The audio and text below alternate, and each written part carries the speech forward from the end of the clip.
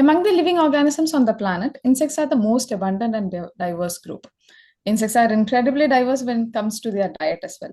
Some are carnivores, detritivores, but most of this very diverse group are plant feeding or phytophagous. Phytophagous insects interact with plants in several ways, using them for food, reproduction, and a very variety of their behaviors are influenced by this interaction. Like the very interesting behavior of oviposition or egg lay. To understand this oviposition preference behavior, let's imagine a scenario where an ovipositing female lays egg on a concrete wall. What will be the fate of the hatched larva? It will die. Why? Because there was no food available for the relatively immobile newly hatched larvae to feed on. Now let's imagine another scenario, where an ovipositing female lays egg on a random plant in the garden. What will be the fate of the larvae? They'll mostly die, but some might survive. When did they survive? The newly hatched larvae, which were laid on particular plants or host plants, survived. In short, the decision made by an ovipositing female can determine the fate of the hatched larvae or the fitness of the individual. This is why the behavior of oviposition is very crucial in the life cycle of phytophagous insects like butterflies. Now let's understand the process of oviposition or egg lay. Let's imagine a butterfly trying to find a suitable substrate for oviposition in such a landscape where there are plants of different height, different leaf surface area, different leaf color, different shape, etc. Isn't it going to be very confusing for the ovipositing female? Because the host plant may be this plantain with light green leaf color, or this tall tree, or this short palm or shrub. Let's say the host plant is the plantain with light green leaf color. How will she find the plant and decide to oviposit on it? The process of oviposition can be explained in multiple stages. First, the ovipositing female may be searching for a desired plant using visual cues, especially color of the leaf from a distance, and maybe picking up olfactory cues when in proximity to the plant, and then land on the plant and examine the surface of the substrate. And after which, if she finds the substrate to be suitable for oviposition, she lays eggs. Based on the environmental complexity, involvement of multiple sensory cues and behavioral context, we formulated following hypothesis to be tested. Mated females should have stronger preference for green when compared to virgin females, which will be because behavioral priorities will be different before and after mating. Mated females, the second hypothesis, mated females should have stronger preference for green in the presence of the order of the preferred host plant species, which because more than one sensory cues will be aiding this behavior. And for males, irrespective of the mating status, they will not prefer green as nectar sources are rarely green. I tested this hypothesis on a pierid butterfly, Catopsilia pomona, or common emigrant, which is commonly found in the tropics here. Experiments were conducted outdoors under natural daylight conditions. All the individuals were released into an experimental arena of black nylon mesh covered cylindrical cage containing circular discs of each color stimuli used, which were blue, yellow, green, and red, attached to a black background. The discs were placed in such a way that no two adjacent discs were of the same color. And a butterfly was considered to have responded to a particular stimulus or given a preference if it landed on the stimulus and extended the proboscis. All the experiments were done with virgin and mated individuals of males and females. In the absence of any added order, females, whether it be virgin or mated, did not significantly prefer green. In the graphs I'll be showing, the x-axis has the four colors used: blue, green, yellow, and red. And in the y-axis, it's the mean proportion of total choices made by individuals. So here, the mated females preferred yellow and red, which perhaps can be because even after mating, females are prioritizing foraging in the absence of any added order. Or in the other words, oviposition behavior might require multiple sensory cues, or there is a multimodal sensory integration helping this behavior. And to test this, we used leaf extract of a preferred host plant, Cassia fistula, and a non-preferred host plant, Senna elata.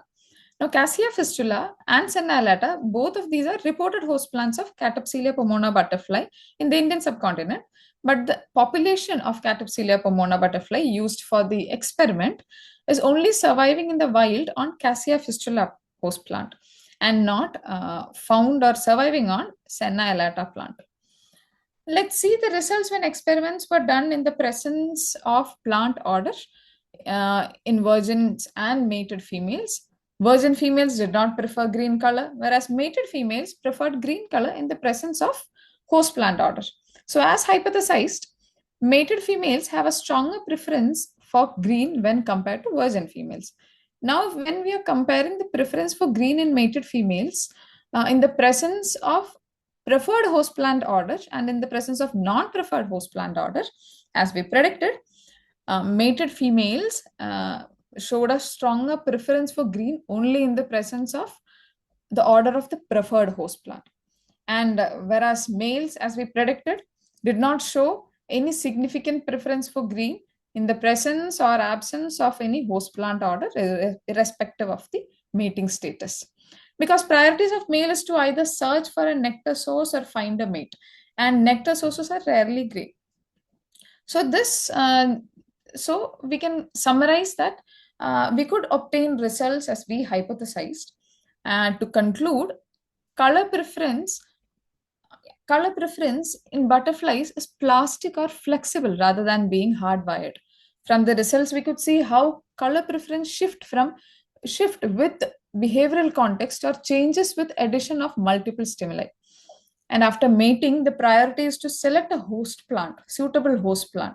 And we could see a shift in priorities before and after mating in the females. When before mating, priority of females were to find a nectar source, they chose red and yellow. And whereas after mating, the priority shifted to oviposition and they chose green.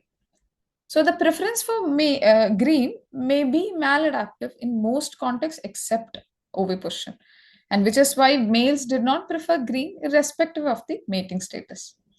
Yeah. With this, I would like to thank my supervisor, Professor Ullasa, and for his support throughout, Professor Hema Somanathan and Dr. Balamurli GS, and some of my colleagues who supported me throughout the study.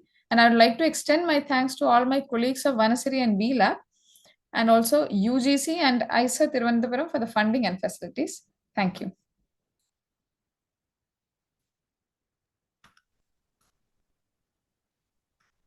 Thank you so much. Now we have some time, like 5 minutes for questions. So feel free to either raise your hand or post the question on the Q&A board.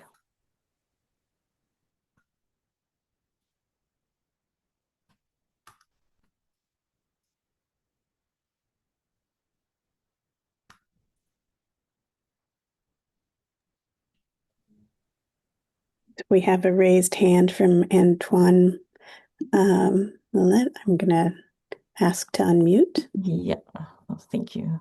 Yeah, sure thing.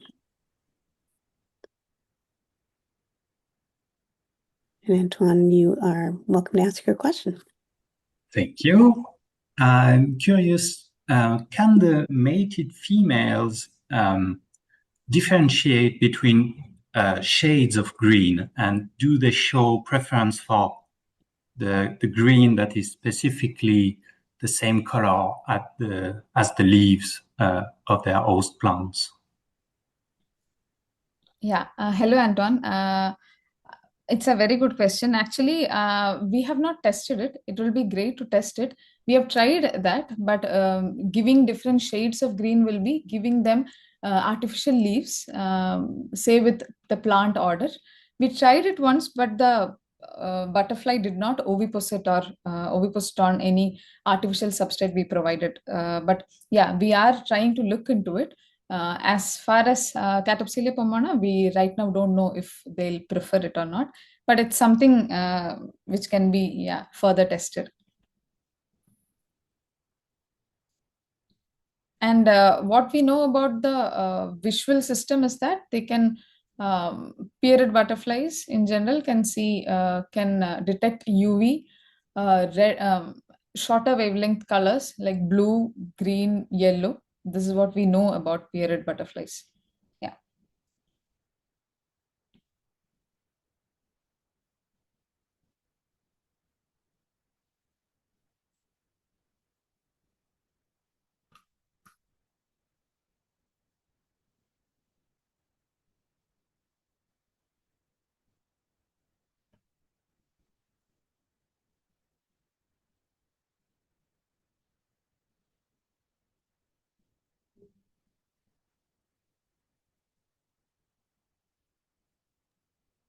So I have a question.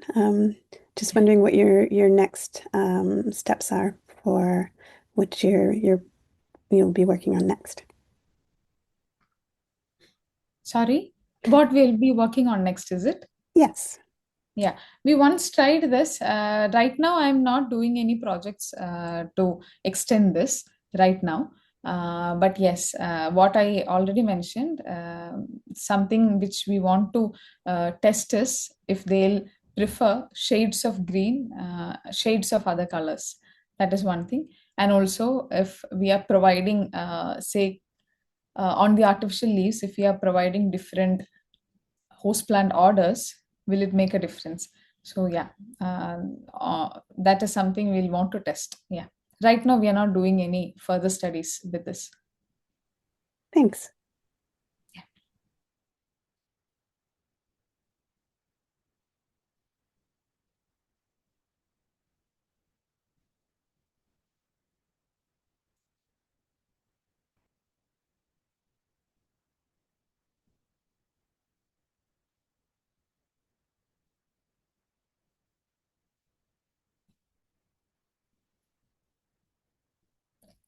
Karen, just to add, I'm not sure if you're listening. Yeah, I'm here.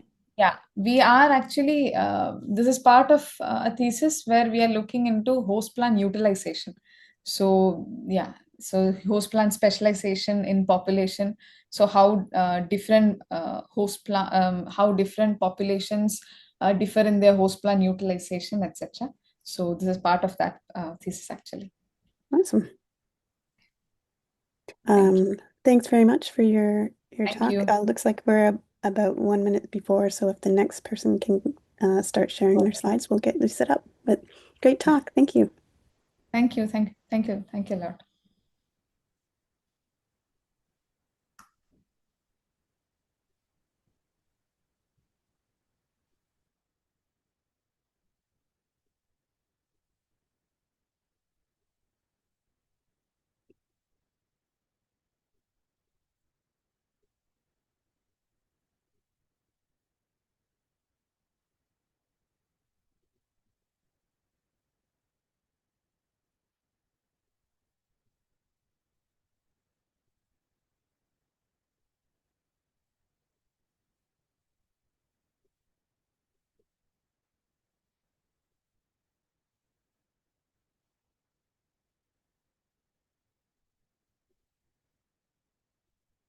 So our next talk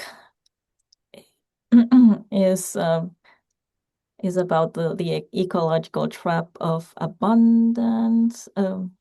Is this? Oh yeah, and Aviad Heifetz is the presenter. So please, whenever you're ready, please go ahead. Okay, thank you very much. Can you see my slides? Yes. Okay. So hello, everybody. This is joint work. I'm from the Open University of Israel, and this is joint work with Ronnie Ostracher, also from my university, and with Roger Mundry from the University of Göttingen. So, and this will be about our star species, the Arabian bubbler.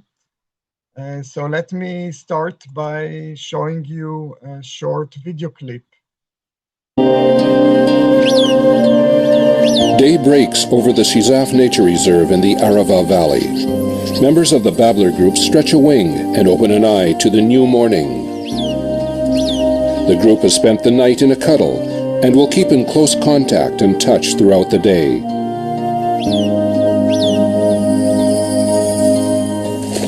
morning wash, allopreening, playing, and foraging together. This is a typical day of the babblers, the only cooperatively nesting bird in Israel.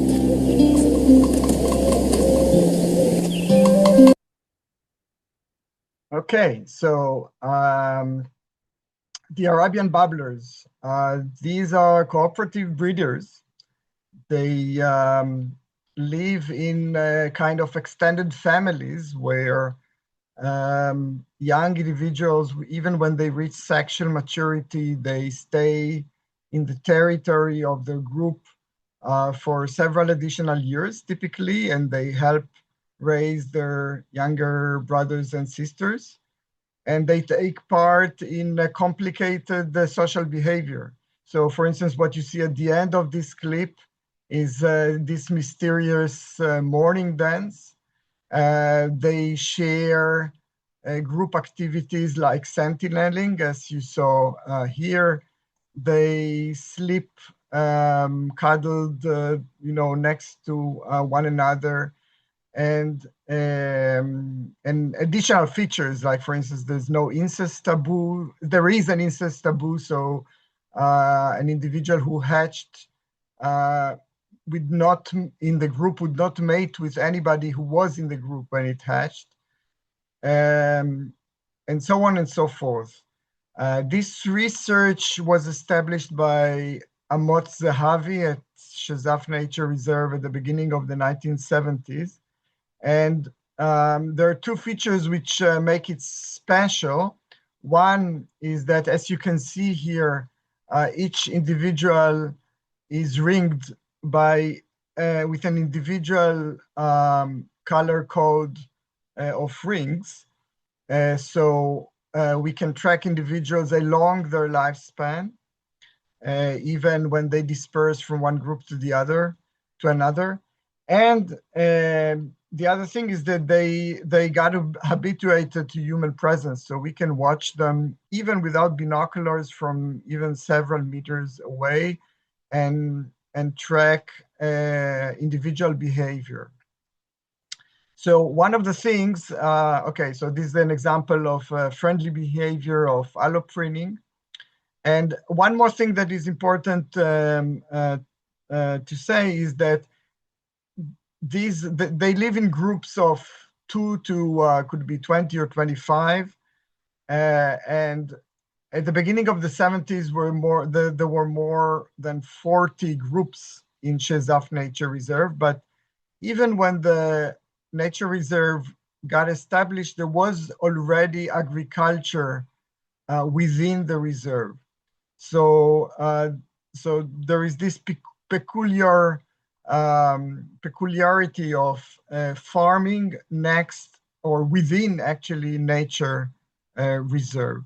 And what we did in this particular study is we compared groups that live isolated away from agriculture and versus groups that live very close or within the agricultural areas. And we could track them for each group for a year, but in terms of breeding, we continued to track the whereabouts of the offspring for several years hence. And the findings are somewhat surprising. So you could imagine that the birds that live next to agriculture, they can enjoy abundance, right? Because there's more food. Why is there more food? They don't feed so much on the crops themselves, but there are piles of organic waste, and even to the crops themselves, there are many invertebrates that get attracted, and the babblers feed on them. So they, you could imagine or expect that they would have a very good time next to the farms. But it turns out that it's actually the opposite. Okay, so next to agriculture, they live shorter lives. They fight much more. they are less successful in breeding at the end of the day. So let's first unpack this a bit and then try to think why this happens and what maybe can be done. So first of all, they have a shorter life near agriculture than in the desert, and the groups themselves disintegrate more often next to agriculture. As I said, there is much more aggression within and among groups next to agriculture. And in the desert, about 2/3 of the adults eventually breed at some point in their lifetime, and only about 1/3 or a bit more than 1/3 next to agriculture. So one not surprising finding is that the near agriculture, they spend less time in foraging. And that's natural because they simply have more food. But it turns out that they use the free time for conflict rather than friendly interaction. So the ratio in the desert away from agriculture, there are twice as many friendly interactions like allopruning, as we saw, as opposed to pushing, pecking, and so forth, and just the reverse near agriculture. Also among groups, okay, so they have the groups near agricultures have more neighbors, more territories of adjacent groups of babblers, less so in the dry river beds away from agriculture. But the point is not only how many neighbors the group has, but how are the interactions with the neighboring groups, okay? So in the desert, most encounters are peaceful, and among the ones that are not peaceful, most of them are only shouting, okay? And actually relatively few physical fights. Just the opposite near agriculture, okay? So they, only few of the encounters are peaceful, and among those that are hostile, most of them escalate into physical fights, and not only to physical fights, but to fights that end up in one group chasing the other one deep into its territory. And there's much more dispersal and changing of structure in the groups that are near agriculture. The groups in the desert are much more stable.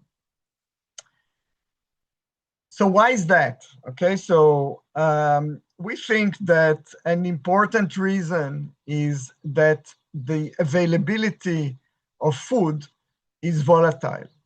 So there are these organic waste that one day exist and then one day disappear. You know, crops are harvested, so the fields disappear, new greenhouses, so no stability in terms of how the babblers can recognize their territory. Young birds get trapped in greenhouses. Also, a lot of water get extracted from the in favor of agriculture, so the aquifers are drying up. What can one do in principle, and actually perhaps not with too much effort? So much more systematically taking away and recycling the organic waste. Keep borders between farms, or so that they the birds know their territories. Close better the greenhouses so that birds do not get trapped. So this is part of a larger project that I'm doing mostly with Ronnie Ostreicher. I'm a game theorist. Ronnie is the person mostly in the field. And if you want to know more about how game theory can be fertile in with insights into behavioral ecology, then this is in my website, and I added here a barcode, a QR code if you're interested. So thank you. That'll be that.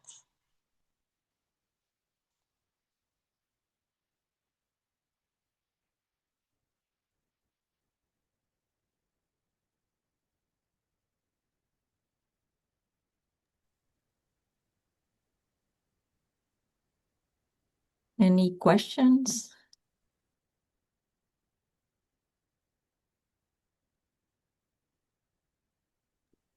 And sorry, I will just.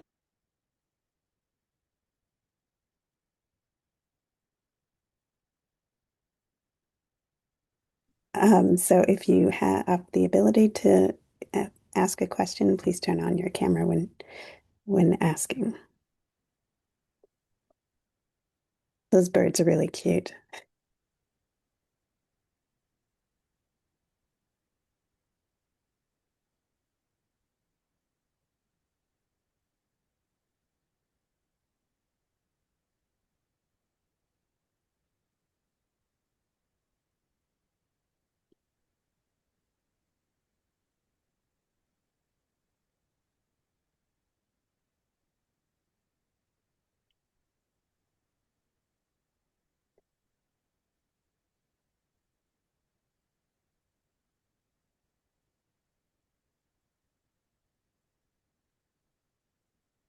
So I have a question now, Aviad, if that's okay. Are you still there? Yes, I'm here. Okay, I'm here. sorry. I'm wondering if there's anything you would have done differently with your experiment if you could go back. Here there was no experiment, just observations of the birds. Okay, so many thousands of hours, Ronnie tracking the birds in the field very systematically. So, for instance, so the basic method is for observation is the evening before. Locating the roosting tree, getting before sunrise, waiting for the birds to go off the tree, and then starting to track one individual at a time for half an hour, and recording everything that bird is doing. Then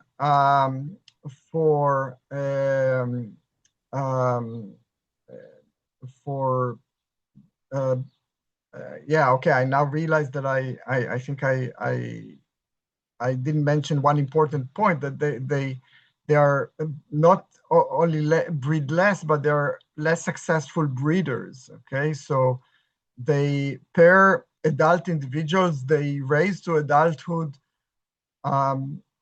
less individuals, less offspring near agriculture than in the desert. Okay, and this is done by, again, tracking the nesting and who bred with whom, and then tracking, of course, the nestlings and the hatchlings and so forth. Great. Well, thanks very much. And sorry to interrupt, but we've got to get started with the next person. But thank you. Good talk.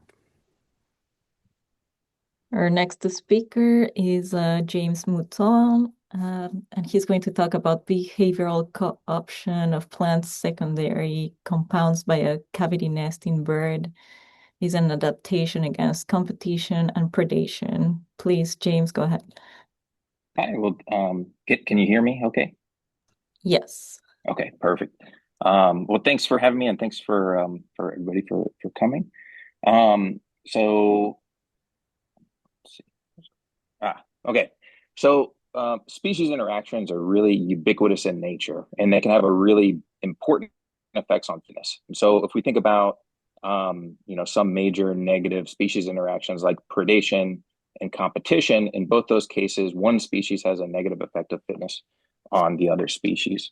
And both of these sorts of interactions can have can create strong selection on prey populations and can result in a really wide range of super exciting adaptations that we see in nature, right? So some plants and animals. Sorry to interrupt, but like it doesn't seem that you're like in presenter mode, or like we can see like the other slides as well. So oh, maybe I need to switch them. It looks full to me. You may need to stop your share and share again. It keeps switching back in between the two. And so before you start your share again, just make sure you're in the mode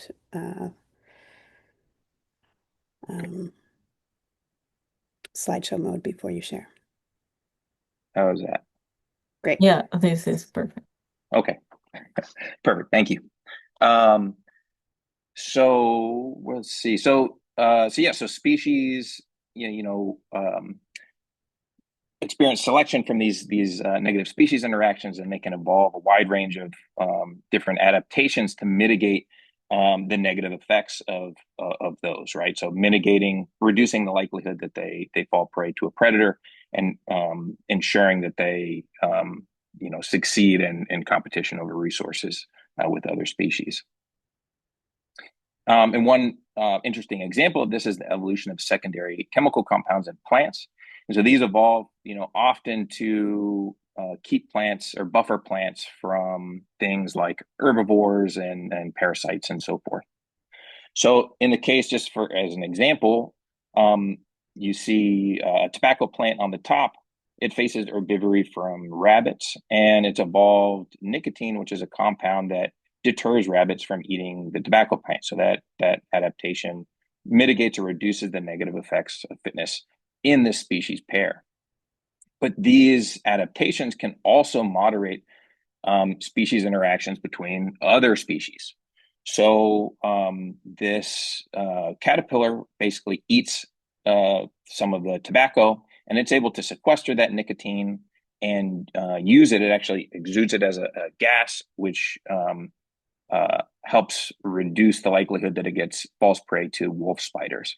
So this adaptation of in the plants of nicotine that is, was due to this herbivory from the rabbits is now moderating and affecting the species interaction between other pairs of species.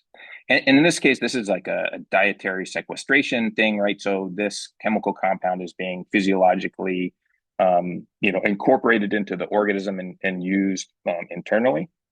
But we can also see examples where these sort of things are co-opted behaviorally. The best example of this is, of course, humans, right? So we use all kinds of materials and chemicals that we get from nature for medicines and any number of things. But we also see it quite a bit in non-human animals. So the pictures of the birds here are doing a behavior called anting. And so in this case, they're basically letting the ants crawl over them. And it's thought that they're basically getting some chemical compounds in their plumage that can help with some function. Other species will actually take insects and preen with them specifically. And mammals have what's known as self-anointing behavior, where they can, it's thought that they're kind of self-medicating with plants and so forth as well.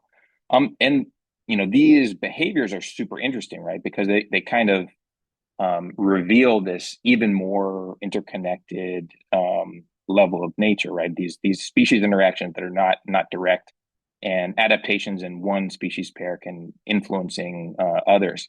But they're also kind of dangerous because they're super susceptible to just those stories.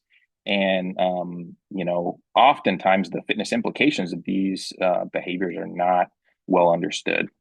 And so what I'm going to be talking about today is, an attempt to at least get at those issues, get at the fitness consequences and the ecological function of the use of conifer resin by nesting red-breasted nuthatches. This species of nuthatch nests in cavities that they excavate from the trunks of trees. And at least in our study system, they primarily use dead aspen. So these trees don't produce any resin themselves. They're just, inert wood at this point. But they'll fly to live conifers, collect resin from the conifers, and apply it around their nest. The resin, is used by the trees to prevent damage from boring insects and other parasites. And so I'm sure most people are familiar with something like this, but they're very, it's a really sticky substance. If you get it on your hands or clothes, it's quite a pain, and has a strong smell related to this wide range of chemical compounds called terpenes that are in that mixture. And this, there's cost to doing this. So there's actually been documented where an adult red-breasted nuthatch became stuck in the sap around its nest and died there. And so there's certainly cost to doing it. And so we wanted to basically understand, why do they do that? It's a peculiar behavior. They're the only species to do it like this. Why do they do it? And there's a couple hypotheses that might explain this. So first, there's the predation hypothesis. So the resin may deter nest predators, so predators that would eat the eggs and young in the nest, from entering the cavity. So of course, say a squirrel entering the cavity is going to have to push through that resin, and they get coated in it, which is not going to be very good for them. They can also often will chew the entrance cavity to enlarge it so that they can fit through the hole. And if there's resin there, then they're going to be chewing the resin and getting all those terpenes into their mouth, which they probably don't like. Another idea is the nest competition hypothesis. So cavity nests are often very limited in a lot of ecosystems, and there's a lot of species that rely on them exclusively for nesting, but they can't create them themselves. And this creates a really strong competition for these nest sites. And there's a lot of fighting, and species will come and remove nests that are already in cavities and steal the nests. And so the resin, in the same way as for the predators, could prevent these competitors from entering the nest because they're going to get coated in this resin. There's also an idea that this could just kind of be, not necessarily a specific adaptation in this species, but just a carryover from ancestors. So a lot of other species of nuthatches in family Sitidae use mud plastering. So they collect mud and they use that to make the entrance to their nest cavity smaller, probably to exclude predators. And so it could just be that red-breasted nuthatches' ancestors use mud plastering. At some point, there was a switch, and there's a lot of phylogenetic inertia in this trait. And if that were the case, what we would expect to see is that the red-breasted nuthatch would be ensconced in a clade where they were using a lot of this behavior, and the immediate ancestors of red-breasted nuthatches would have used mud plastering. So we wanted to test these ideas, and to do so, we worked in a system in central Arizona in high elevation, mixed deciduous coniferous forest with a lot of snags and a vibrant community of nest competitors. And we conducted 2 experiments. So the first was testing this nest competition idea. And so we paired nest boxes, right next to each other. We put resin on the entrance of one, and we left another empty. And then we, basically let the birds do their work. So all the species that nest in these boxes will come and may try to nest there. And we wanted to see, okay, which, how much nesting material is brought to each box, either the control or the one with resin. And then were there ultimately eggs laid in that box? Was it used for a real nest? So the competitor, and what we found was that over time in the control boxes, the amount of nest material increased over time. But in the resin-coated boxes, there was, basically little to no nest material being brought in at all. And ultimately, nests were, at least in some of the cases, that nests were initiated in those boxes that didn't have resin, but none were in the boxes with resin at all. So we replicated a similar experiment, and I should have said that the first experiment was done in the late 90s by my co-author Cameron Gallenboer and Scott Slett, Tom Martin. And we replicated this predation experiment in 2014. So there's been a long-running side project that's taken a while to take hold. But we had, in this case, we did basically the same setup. We have 2 boxes, one with resin around the outside, one without. We place them near active red squirrel middens. So there's a high activity center for this predator. And then we baited the boxes to encourage the squirrels to come in. And we wanted to see, one, was there a difference in the amount of chewing of the entrance in either the resin or non-resin boxes? And then were the nest contents ultimately eaten in both of those cases? And so what we found was that the predators were way less likely to chew the entrances of the nest boxes with resin compared to the control boxes. And this is what it looks like. So you can see the kind of fresh chewing marks around the edges. And so they do that to basically help them get in. And then the predators were less likely to remove food from the nest boxes with resin as well. So they're preferring to go to the boxes without resin first. And finally, we wanted to test the phylogenetic inertia hypothesis. So again, what we would expect is that red-breasted nuthatches are going to be derived from an ancestor that probably was using mud plastering. And to do this, we got a recent phylogeny from Martin Packard from a few years ago. We scored all the species of nuthatches in the family Sitidae with whether or not they use this mud plastering behavior based off data from the Cornell Labs Birds of the World site. And then we used ancestral trait reconstruction to basically look back and use the current day patterns and our knowledge of the phylogeny to figure out what the likelihood of mud plastering was at each of the nodes going back in time. And so what we found was, first, that red-breasted nuthatches come from a clade with no, and I looks like I took off the mark here, but Sitta canadensis here in the middle is the red-breasted nuthatch, but they come from a clade with no mud plastering. And the most recent common ancestor had, very, very low chance of having mud plastering at all. And if you go all the way back to the base of the tree, you see that no ancestor had, more than a 32% chance of mud plastering overall. So overall, what did we come up with here?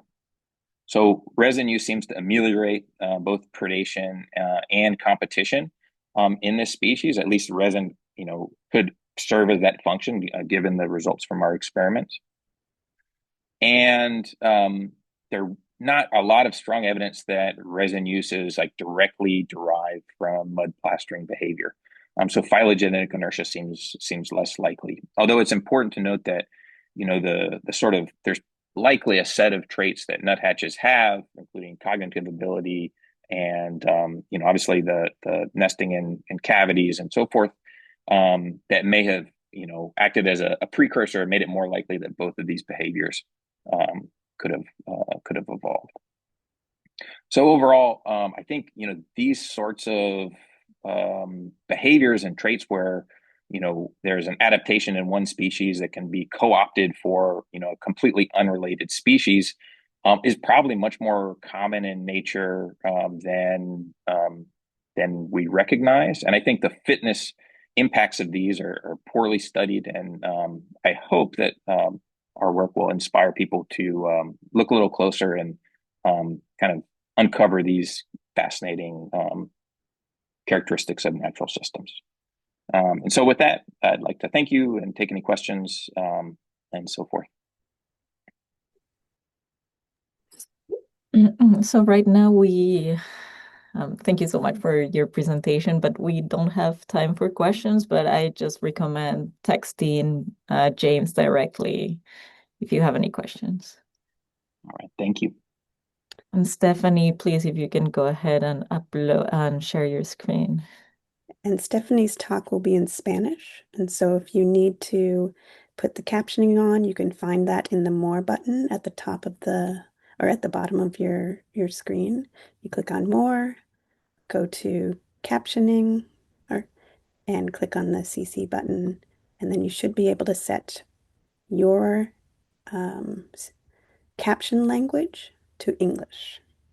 And she will set her speaking language to Spanish, but you don't need to change yours.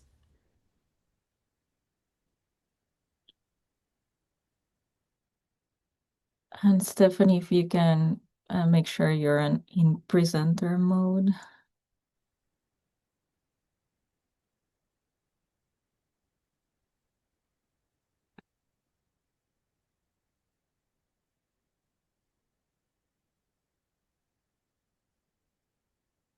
Yeah, I think that looks really good.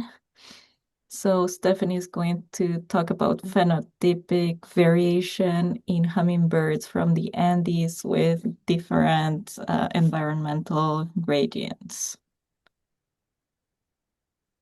Bueno, buenos días para todos. Me presento, mi nombre es Stefany Rodriguez, yo soy bióloga egresada de la Universidad de La Salle en Colombia y a continuación voy a dar inicio con la presentación de mi investigación.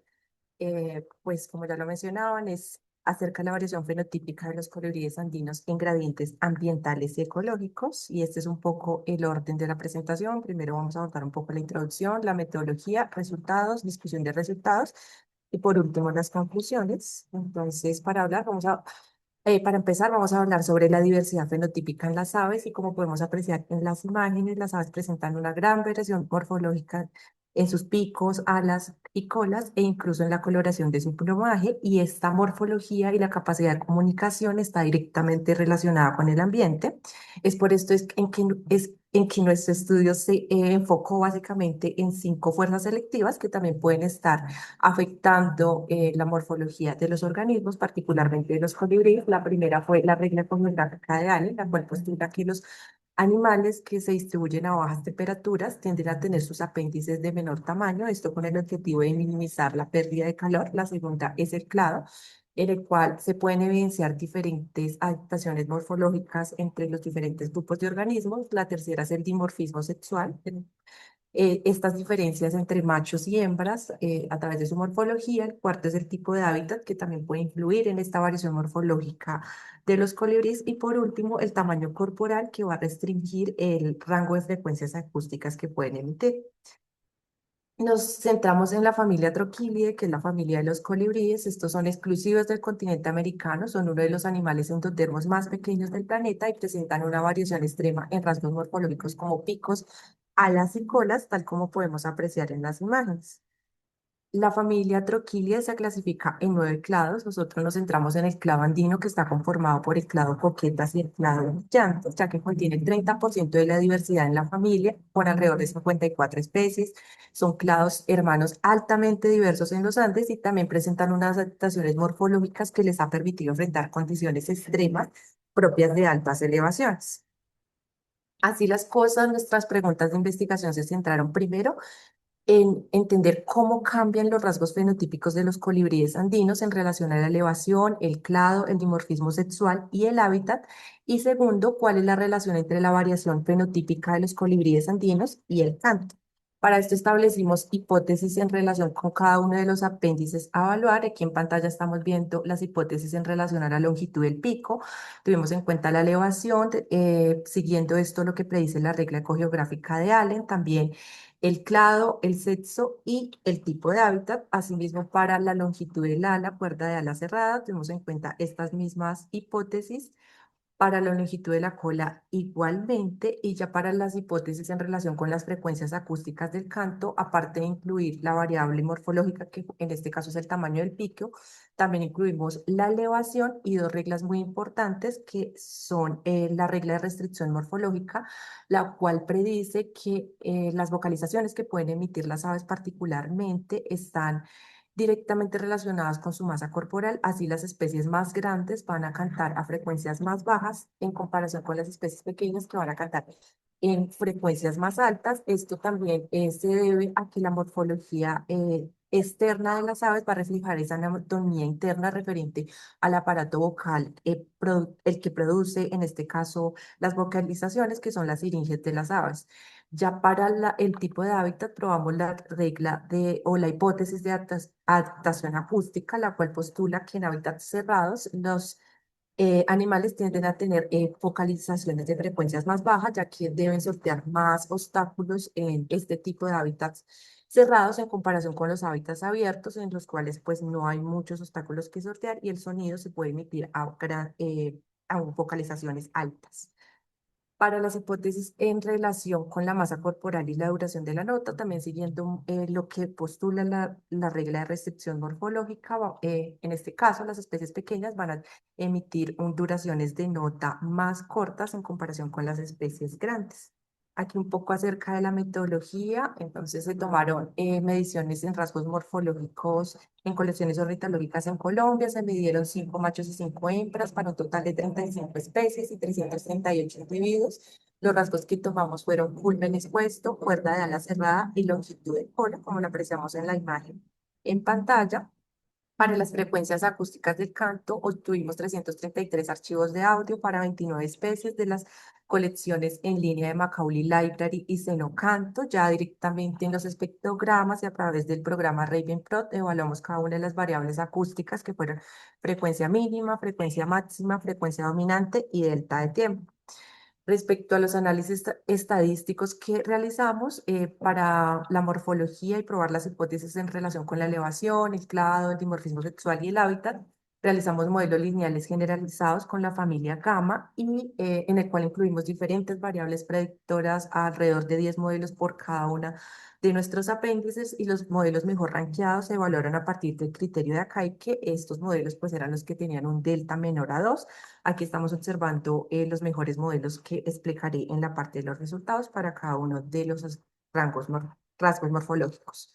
Para los análisis del canto también realizamos el mismo modelo lineal generalizado, esto pues teniendo en cuenta más variables, alrededor de 10 modelos probamos por cada una de nuestras variables, que en este caso son frecuencia dominante, máxima, mínima y duración de la nota, y bajo el mismo criterio de acá y que se seleccionó el mejor modelo, los modelos mejor rankeados.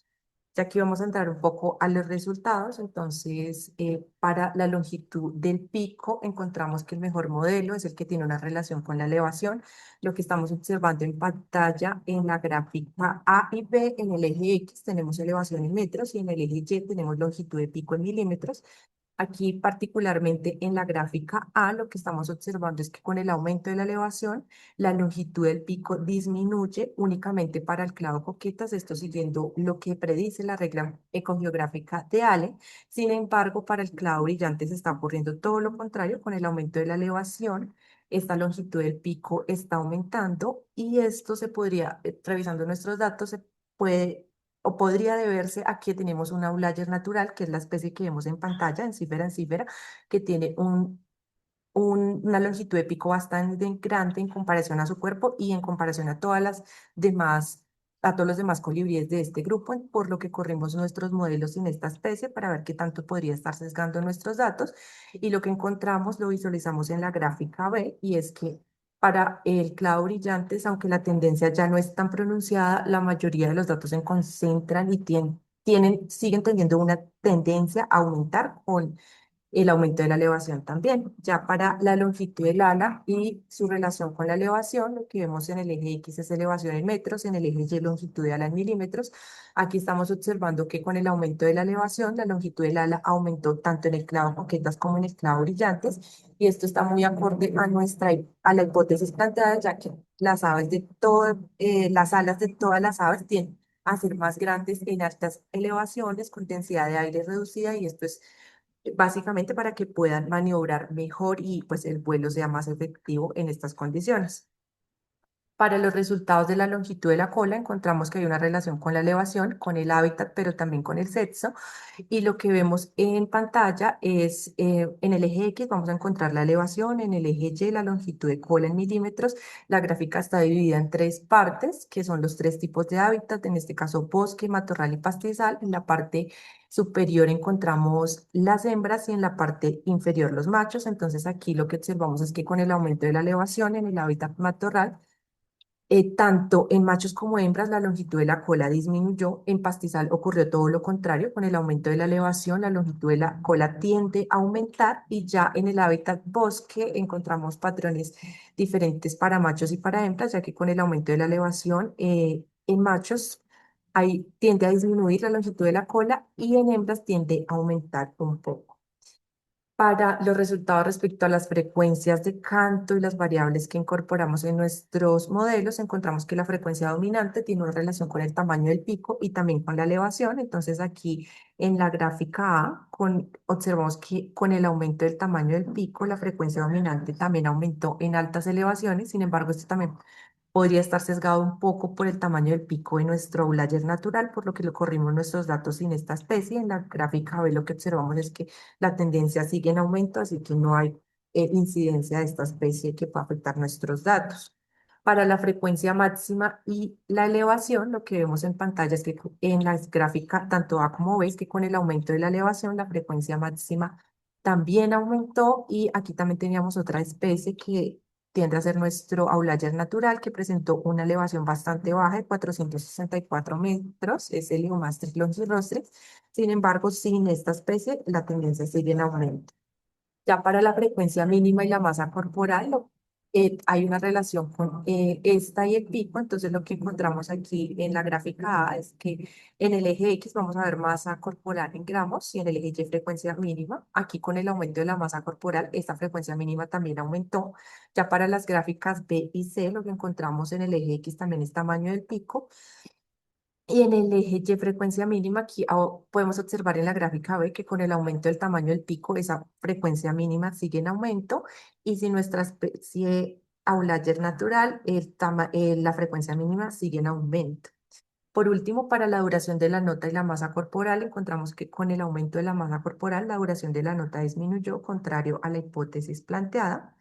Y aquí para entrar un poco en la discusión de nuestros resultados, vamos a revisar cómo las predicciones, los resultados de estas predicciones, encontramos apoyo para las predicciones en relación con el tamaño del pico, la longitud del ala y la longitud de la cola, y esto pues puede verse aquí. En el pico principalmente, no solo se ve reflejado como que este aumento o disminución del tamaño tenga que ver con la termorregulación, está asociado con la regla geográfica de Allen, sino también con la disponibilidad de recursos que tienen los colibríes en altas elevaciones, en ecosistemas propios de páramo, y el tipo de flores que encuentran en estos hábitats. La longitud del ala está respondiendo efectivamente a la adaptación del vuelo que tienen las aves en altas elevaciones con densidad de aire reducido, y la longitud de la cola también está asociada con esa aerodinámica del vuelo, ya que la cola pues también produce esas fuerzas de sustentación y arrastre que le permiten a las aves volar y maniobrar un poco mejor. Ya para las frecuencias del canto no encontramos apoyo de las hipótesis planteadas. Esto pues puede verse aquí. Estas variables acústicas del canto pues responden a factores ambientales como la elevación del hábitat, pero también a factores fisiológicos ya propiamente órganos que producen el sonido como lo son las siringes. Entonces, para concluir, pues tenemos que estas variaciones en el tamaño de los apéndices evaluados, que fueron pico, ala y cola, y las frecuencias de canto del clavo andino, sugieren primero una relación con el tipo de recursos florales disponibles en los diferentes tipos de hábitat que se encuentran los colibríes del clado andino. Segundo, con las imposiciones de locomoción y aerodinámica que operan en los colibríes. Y tercero y último, a estas adaptaciones morfológicas que les permiten emitir vocalizaciones de alta frecuencia. Y con eso termino mi presentación. Muchas gracias por su atención.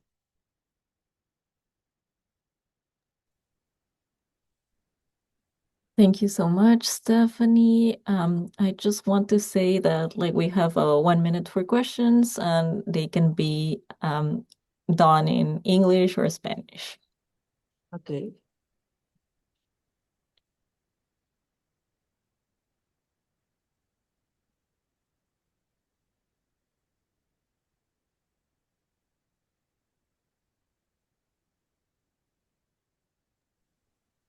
And Stephanie, great talk. Love the pictures. But I think we're running out of time for questions. So if the next speaker can get their slides up, that would be great. Thanks.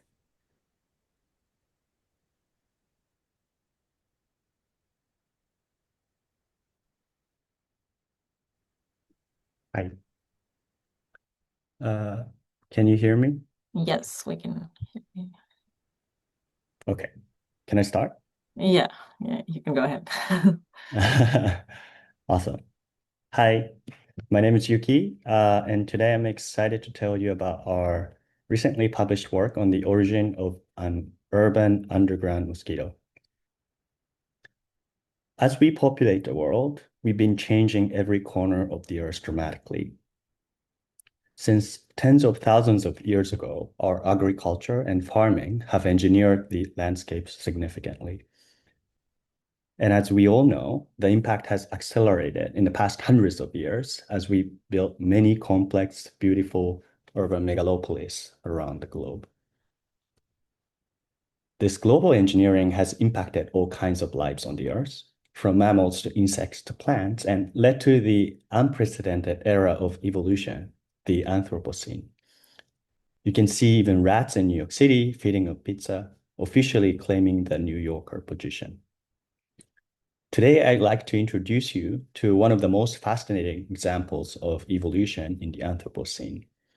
And to do so, I'd like to take you back in time with me to a cold winter in London, 1940. In the winter of 1940-41, the Second World War was raging, and Londoners faced a sustained bombing campaign known as the Blitz. Many people sought nightly refuge in the city's underground subway system, or the Tube. However, the Londoners in the Tube found themselves attacked by yet another enemy, mosquitoes. The name of the mosquito is Culex pipiens form molestus, also known as the London Underground mosquito.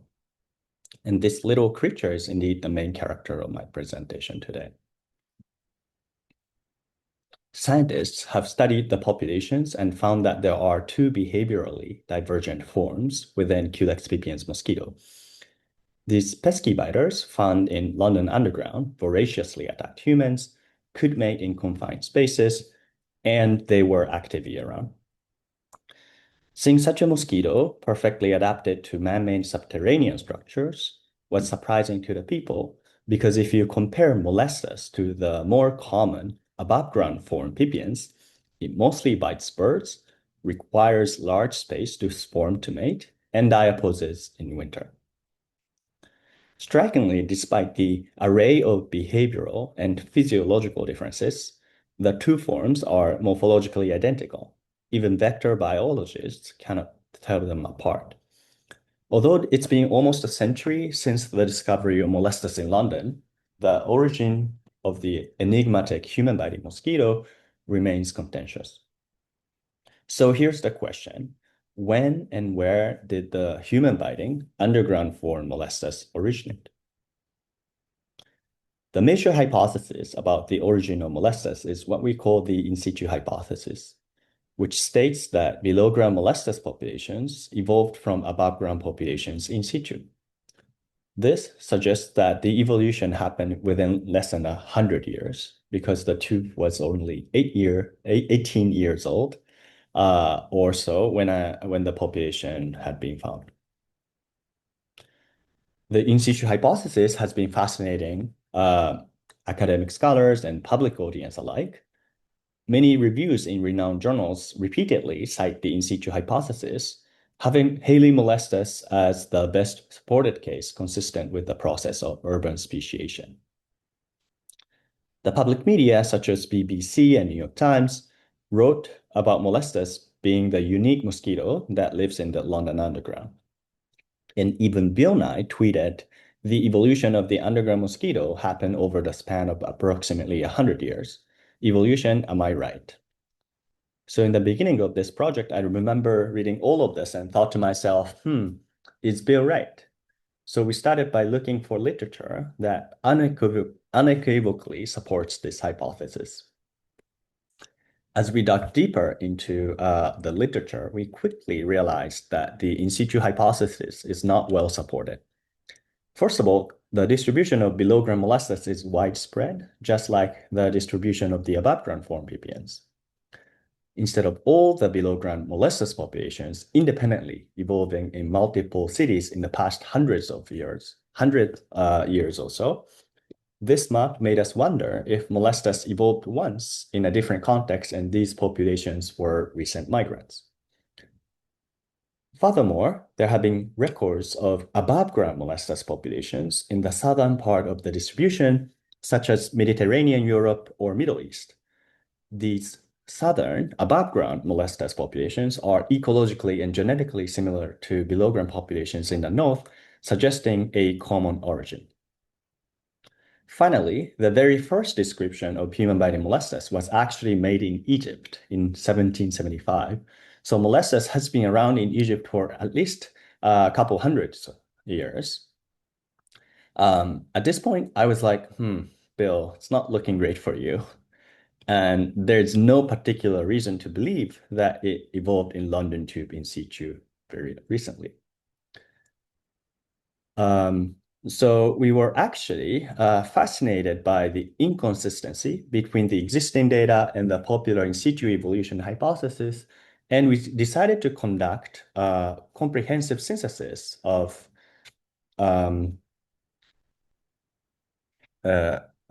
existing data to see if we can generate a model that explains the pattern. To this end, we compiled and analyzed published genetic data at a marker gene called CQ11 for 214 populations. Here, each point represents a population, and circles and triangles represent above ground and below ground populations, respectively. X-axis is the frequency of PPN's allele in the subpopulations, and y-axis is latitude. Molestus allele frequency is just 1 minus p.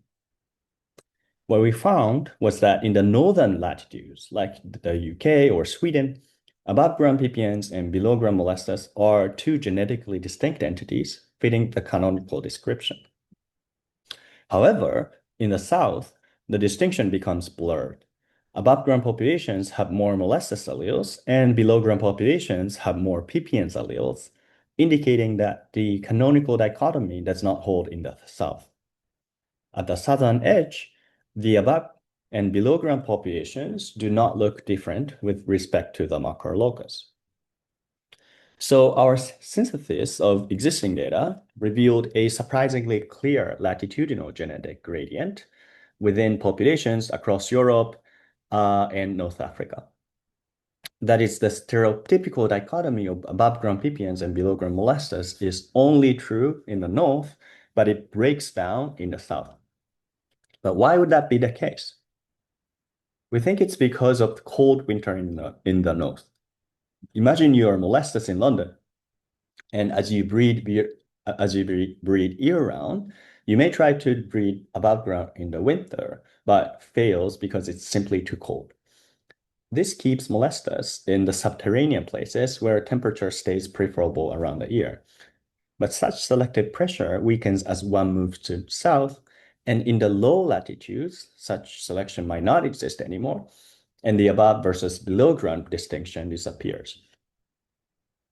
So we started to see what was missed by the overly simple narrative of above ground PPNs and below ground molestus dichotomy. And this was really exciting, but we also knew that we were still far from the complete picture because our model still relies on the single locus genetic marker, and the geographic coverage of the data points are far from complete. For example, there is no published CQ11 data from Egypt or Middle East, which we knew was a key place. Actually, the distribution of PPNs and molestus extends far beyond Europe and North Africa to the entire globe. So to really understand the full picture of the origin in evolutionary history of the man-biting mosquito, we need genomic data from a global collection of populations. So we started PIPPOP, the Culex VPN's population genomics project. The goal of this project was to assemble and sequence around 1,000 genomes to understand the origin and genetic status of Culex VPN species complex. To do a global collection, we created a flyer like this on the left and emailed every single Culex researcher across the world for a collaboration. We also used Twitter/X announcing PIPPOP worldwide. Meanwhile, I spent several summers collecting above ground mosquitoes locally across cities in the US. I've also done below ground collections, as you can see on the right, sticking my head into ditches and sewages to collect larvae, which was, trust me, quite exciting. After almost 4 years of collection, we got more than 12,000 samples from 90 groups coming from all continents where it's known to occur.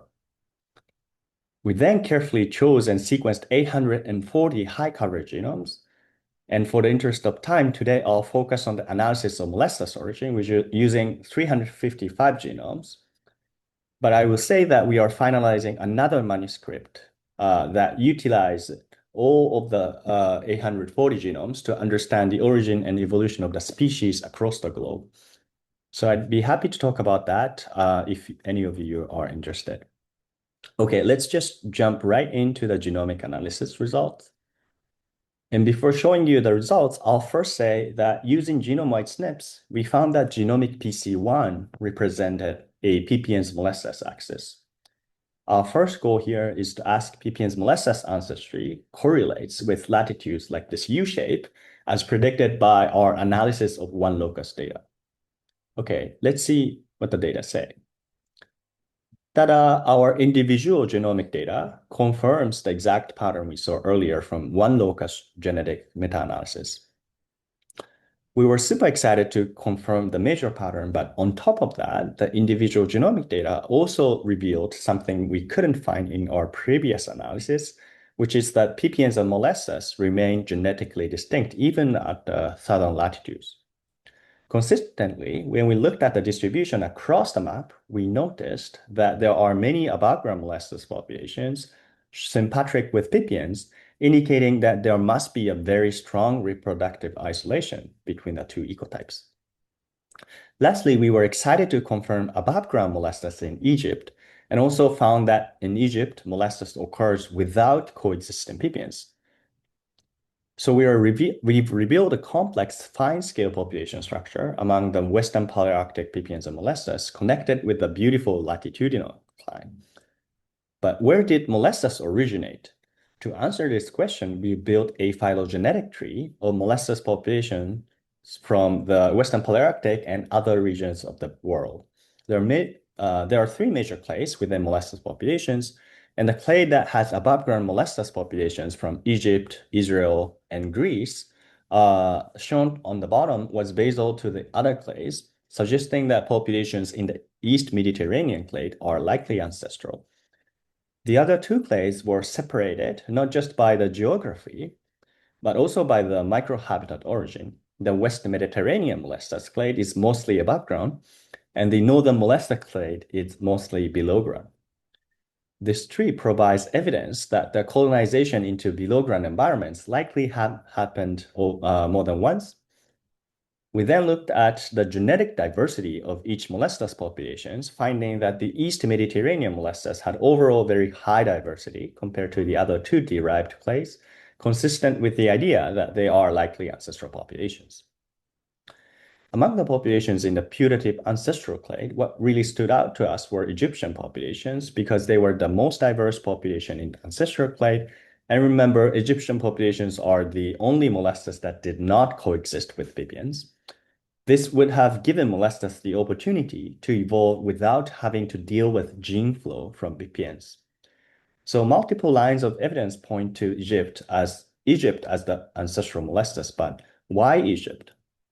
Well, if we look at the history of human cultural evolution, there are many reasons to believe that human adapted mosquitoes might have evolved in the Middle East on the order of thousands of years. The Middle East is precisely the region where the earliest agriculture and civilization first arose. And in these very dry regions, the agricultural water source might be the only place for mosquito to reproduce because they have to lay eggs on the water. And for the adult mosquitoes, humans and some domesticated animals must have been the only hosts available.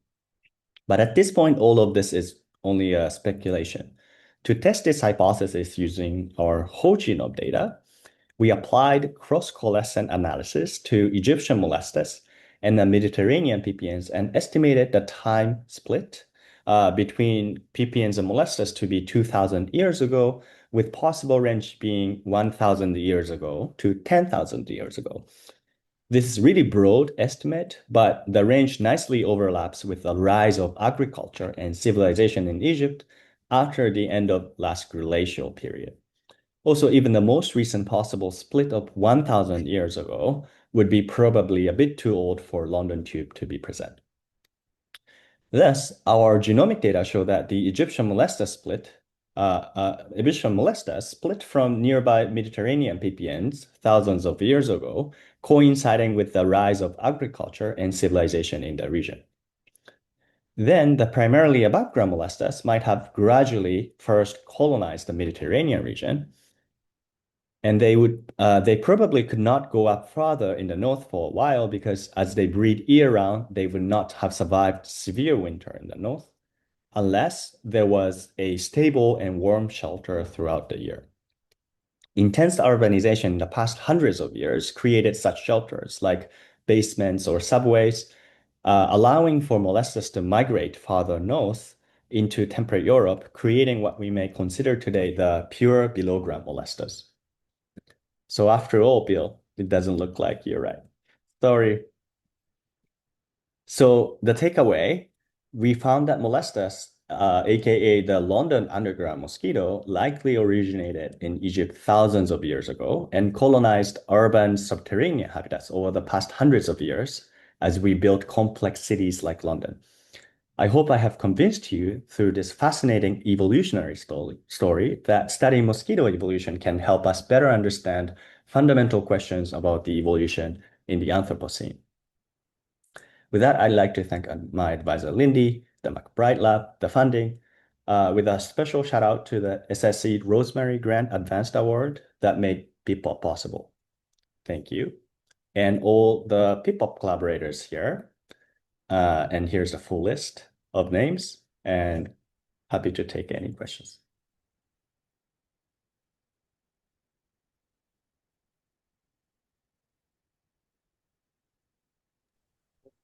So the session is closed, but since it's the last talk of the session, if anybody has any questions, we'll keep it open for another minute or so. Otherwise, great talk. Thanks everyone and great session. Thank you.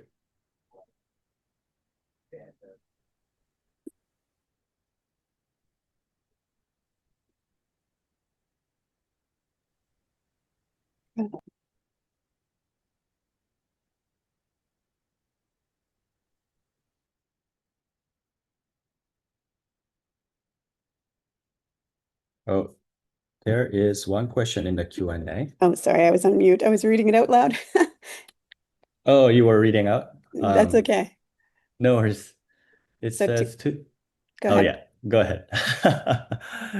To confirm, there is no phenotypic differentiation between the forms. Yes, there is no phenotypic differentiation that's consistent between the two forms. There are morphological variation within each forms, but there isn't like a key that you can use to differentiate those two forms.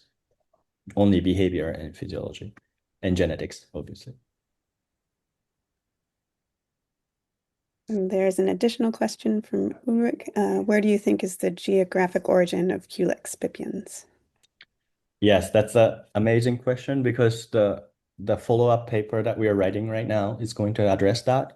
So pipiens' origin really dates far back in time. So we found from global sequencing that there are likely ancestral populations in Africa, specifically in South Africa and Madagascar. So we think that probably somewhere in the Africa, because pipiens is cold adapted, we think that they might have been originated in kind of mountainous region in Africa, tropical Africa. And then they migrated out of Africa through those Egypt or Mid East area, and then eventually to the global temperate regions. So stay tuned for the next paper. Thanks for the question. All right, and with that, we'll close the session. Thanks very much. Thank you, Karen.